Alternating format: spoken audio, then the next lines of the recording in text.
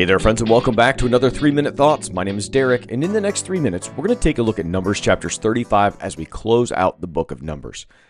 Numbers 35 is a section where we see God providing for the Levites, assigning them 48 cities throughout the land, along with some pasture land of their own. Among these, 6 are designated as cities of refuge, where people who unintentionally kill someone can flee for safety and then await a fair trial. This system balances justice with God's mercy, protecting the innocent while ensuring murder is actually punished. The accused must remain in the city of refuge until the high priest dies, after which they can return home without any fear. Then in chapter 36, the last chapter in the book, it's going to circle back to the daughters of Zelophehad, who had earlier asked to inherit their father's land. Now, the concern is that if they marry outside their tribe, the land might shift into another tribe's hands. So God has a solution. It's that they can marry whomever they want as long as it's within their tribe. So the daughters agree, and the inheritance stays intact, preserving both a family lineage and a tribal legacy.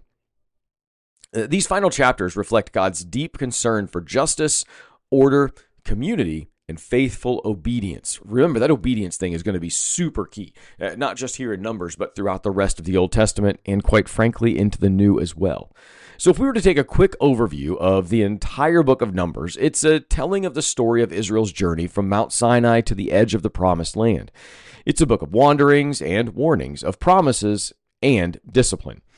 What could have been a short trip, if they were obedient, ended up becoming a 40-year-long journey because they repeatedly doubted, they repeatedly rebelled, and they continuously disobeyed. Okay, yet even in the wilderness, God provided for them in the midst of their rebellion. He provided food and water, leadership, guidance, correction, and his presence.